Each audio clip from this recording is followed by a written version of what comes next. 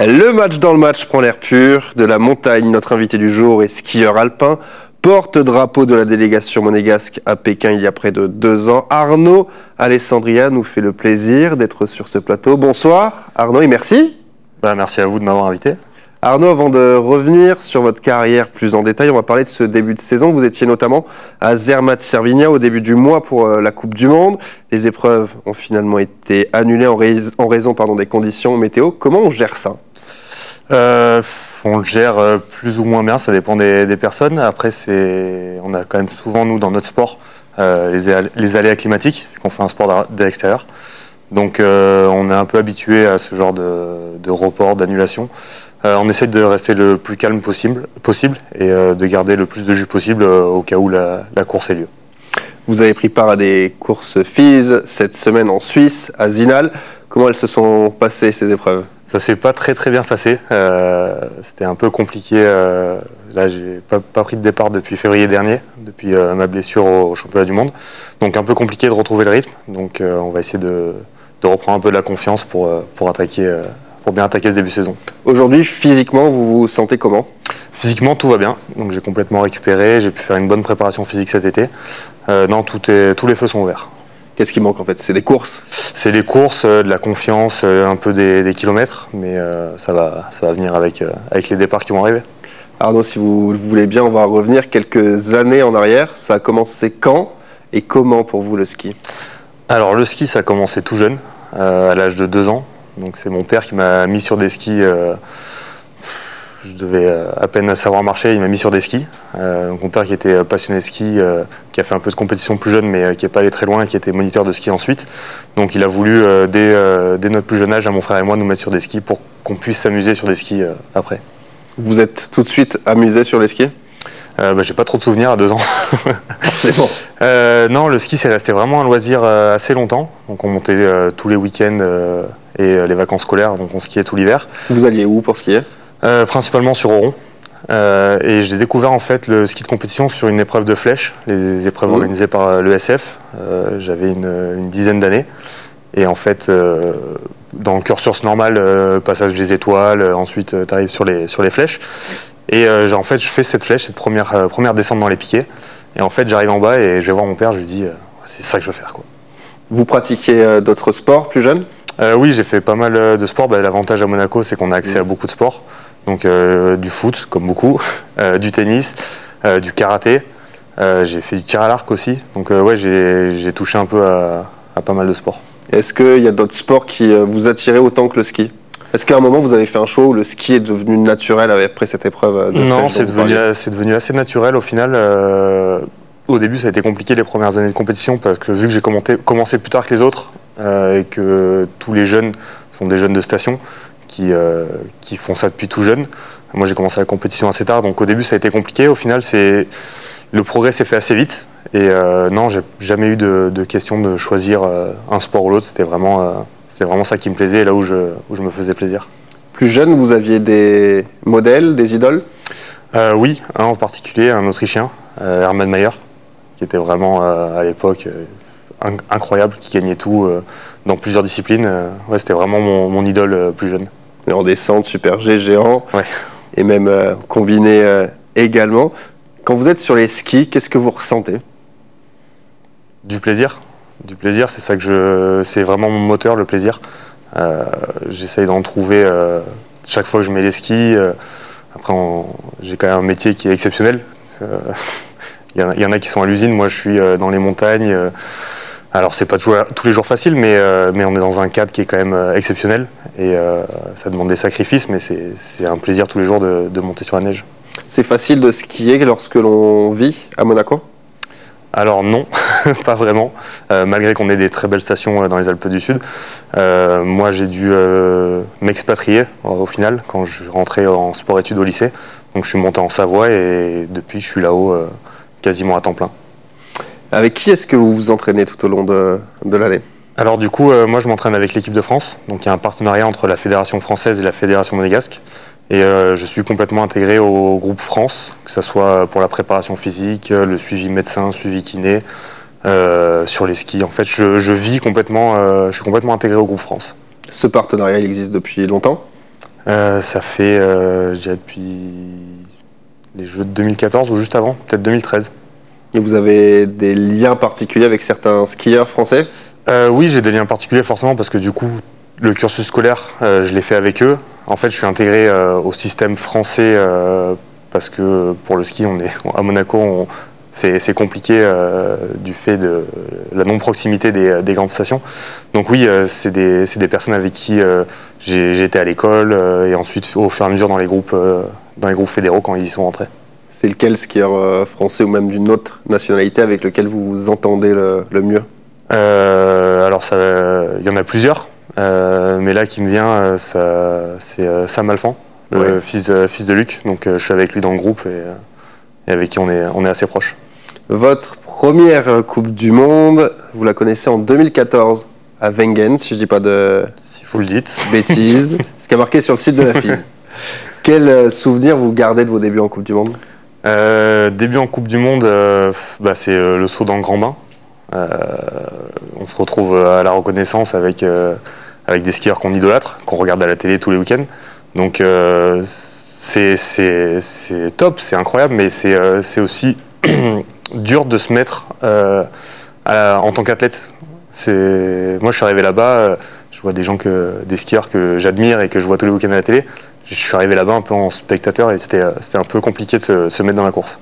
On parlait d'Hermann Maier, qui est un skieur des années 90-2000. Vous parlez de skieurs que vous idolâtriez lorsque vous arrivez sur la Coupe du Monde. C'est qui les skieurs contemporains qui vous impressionnent le plus? Il y a forcément Bode Miller qui est là, Didier Defago, le Suisse aussi. Enfin, des grands noms qui ont marqué le ski et qui ont eu des grandes carrières. Début de la Coupe du Monde donc en 2014 pour vous. Cette même année, il y a les Jeux de Sochi. Vous attendiez à les disputer? Je m'y attendais pas forcément parce qu'on était deux skieurs monégasques et on n'avait qu'une place, donc avec Olivier Genot. Et malheureusement, ou heureusement pour moi, il s'est blessé, donc il n'a pas pu être présent et du coup j'ai pu courir les Jeux Sochi qui ont été une expérience incroyable. Vous le vivez comment? C'est un sentiment paradoxal, de la joie mêlée à de la douleur pour quelqu'un qu'on connaît bien? Oui, forcément. Après, j'étais encore très jeune. C'est dur d'avoir du recul à cet âge-là. Vous étiez très jeune, 21 ans seulement. Vous les avez vécus comment, ces premiers Jeux à Sochi? Je dirais comme un gamin devant un sapin de Noël. À ce point-là? Ouais, c'est le rêve de tout athlète de pouvoir participer aux Jeux. Donc c'était une expérience incroyable. C'est quoi le souvenir que vous gardez de ces Jeux de Sochi? Le souvenir que je garde, ça reste la cérémonie d'ouverture. Où tu arrives dans cet endroit qui est rempli de monde et tu te sens tout petit et beaucoup d'émotions. C'est dur de rester concentré sur son ski quand on est devant un sapin de Noël, comme vous le dites, finalement?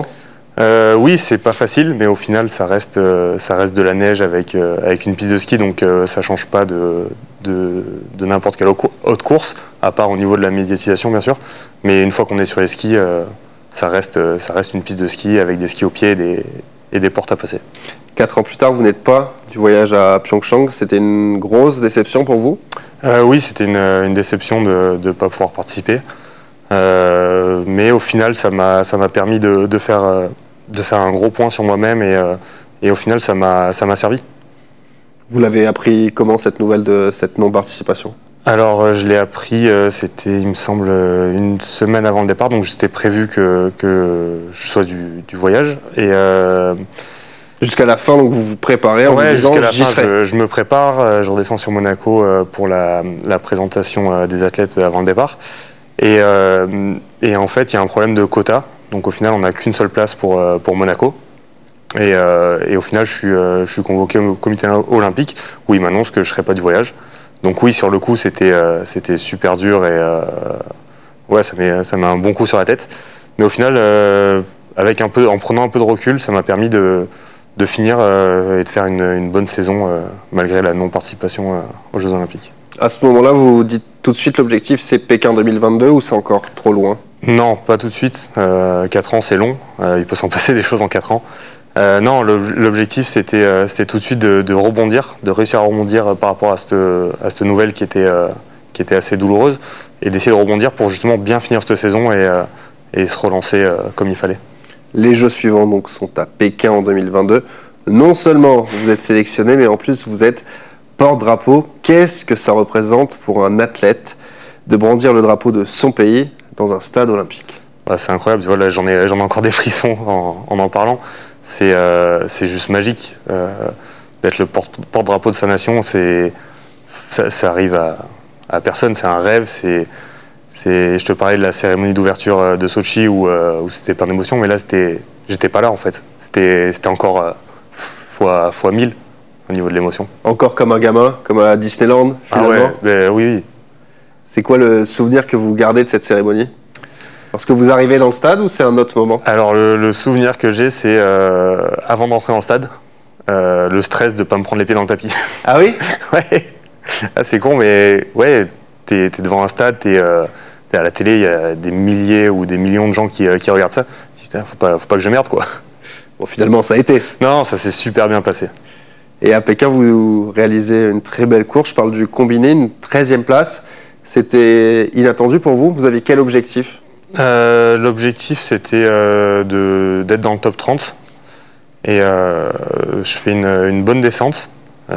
Après, le slalom, c'est pas ma spécialité. Ça a été un peu plus compliqué, mais au final, ça fait un bon résultat. Non, c'était vraiment super sympa. Super sympa, c'est tout? Pas plus de... C'est énorme, un top 15 au JO. Non, c'est super. Après, c'est une discipline où il n'y avait pas beaucoup de participants, beaucoup de sorties en slalom. Donc, ce qui m'a permis aussi de gagner des places. Mais non, c'est sûr que c'est un top 15 au jeu. Je pense que n'importe quel athlète signe des deux mains pour ça. Même quand on n'est pas athlète. Moi, vous me promettez ne serait-ce qu'une participation au JO, j'y vais toujours. Votre meilleur souvenir olympique, c'est quoi? Je dirais la cérémonie d'ouverture en tant que porte-drapeau. Ouais, c'est ça. Ouais, vraiment. C'est inégalable. En termes d'émotion, j'ai jamais ressenti quelque chose comme ça. On peut en fait, même avant, je pouvais pas imaginer à quel point ça prend au trip, quoi. Donc ouais, vraiment, je pense que c'est mon plus gros souvenir avec le plus d'émotion. Quand on est athlète, qu'on est au JO, les jours où on n'est pas compétiteur, on fait quoi? On va voir les autres disciplines? Alors oui, nous c'était déjà en 2014, j'étais resté quelques jours après mes compétitions, j'avais pu aller voir le hockey, Ouais. le fameux USA-Russie. Où les Russes se sont fait éliminer de la compétition. Donc ça, c'était grosse ambiance. Et cette année, c'était un peu plus... Enfin, cette année, pardon. Sur Pékin, c'était un peu plus compliqué parce que les sites étaient un peu plus loin. Mais oui, après la compétition, je suis resté quelques jours et j'ai pu aller voir les entraînements du bobsleigh. Donc aller encourager les potes de Monaco. Et votre meilleur souvenir olympique devant votre télé? C'est que c'est quelque chose qui intéresse toujours les sportifs de regarder les Jeux. Alors j'en ai deux qui me viennent comme ça. La première, ça date un peu, c'était Antoine Denaria, champion olympique à Turin. À Turin en 2006. Ouais, ça c'était juste incroyable. Et la deuxième, c'était Pékin devant la télé, une fois que j'étais rentré à la maison, le bob, Rudy et Boris qui se sont battus jusqu'à la dernière manche pour la médaille, c'était incroyable. Il y a une solidarité entre les sportifs monégasques, vous échangez beaucoup? Oui, on échange forcément, il y a une solidarité et puis on est derrière eux à fond. L'an dernier, il y avait les mondiaux. Oui. On a terminé la parenthèse olympique. À Courchevel et Méribel, vous avez pris notamment la 20e place en combiné. Est-ce que vous aviez l'impression de disputer des mondiaux à domicile? Vous l'avez dit, vous vous entraînez avec les skieurs français. Est-ce que vous vous sentiez à la maison? Ouais, quasiment, parce que déjà c'est en France et je m'entraîne avec les Français.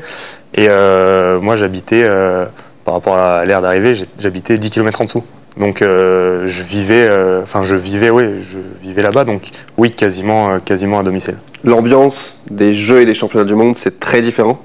Oui, c'est différent parce que les Jeux, ça reste vachement plus médiatisé. Il y a plus de sport, plus d'athlètes, plus de tout en fait. Je crois qu'il n'y a pas plus. Les championnats du monde, ça ressemble quand même à une Coupe du Monde. Qui est un peu plus médiatisé, mais ça ressemble à l'ambiance d'une Coupe du Monde. Cette saison, ça va être quoi les objectifs pour vous? Alors le principal objectif, ça va être de reprendre de la confiance sur ce début de saison, de faire des kilomètres, prendre des départs pour reprendre la confiance. Et on va voir où ça peut nous mener. Coupe d'Europe, Coupe du Monde? Alors principalement là sur le début de saison ça va être de la Coupe d'Europe pour reprendre en confiance et ensuite selon les résultats pourquoi pas finir la saison en Coupe du Monde ou si ça se passe un peu moins bien rester sur la Coupe d'Europe. Quand on parle de Coupe d'Europe, on parle souvent d'antichambre de la Coupe du Monde. C'est un niveau très relevé en Coupe d'Europe? Oui, c'est un niveau très relevé. Il y a beaucoup de Coupes d'Europe qui se déroulent en dehors du calendrier Coupe du Monde, enfin pas en même temps. Et on retrouve pas mal d'athlètes de Coupe du Monde qui viennent sur les Coupes d'Europe aussi. Donc oui, ça reste vraiment une antichambre de la Coupe du Monde. Si vous aviez un rêve dans le ski, ce serait quoi? Un rêve ultime, ça serait de devenir champion olympique un jour. Ouais? Ouais. C'est juste un rêve ou c'est quelque chose qui est dans votre tête, une sorte d'objectif? C'est un objectif. Après, c'est un objectif qui est super compliqué. Et c'est un rêve objectif en fait. Dans 4 ans, il y a les Jeux, en 2026 encore une fois. Vous y pensez déjà à ces Jeux à Cortina d'Ampezzo? Oui, forcément, c'est dans un coin de la tête. Après, il y a pas mal d'échéances avant ça. Mais oui, c'est dans un coin de la tête et puis c'est pas loin de la maison. Moi, j'ai connu 2 Olympiades, une en Russie et une en Chine. Là, ça permettra aussi d'avoir des proches qui puissent venir participer à l'événement et voir les courses. Est-ce que vous arrivez de temps en temps, je pense notamment aux périodes estivales ou printanières, à déconnecter du ski? Oui, et il faut. Il faut.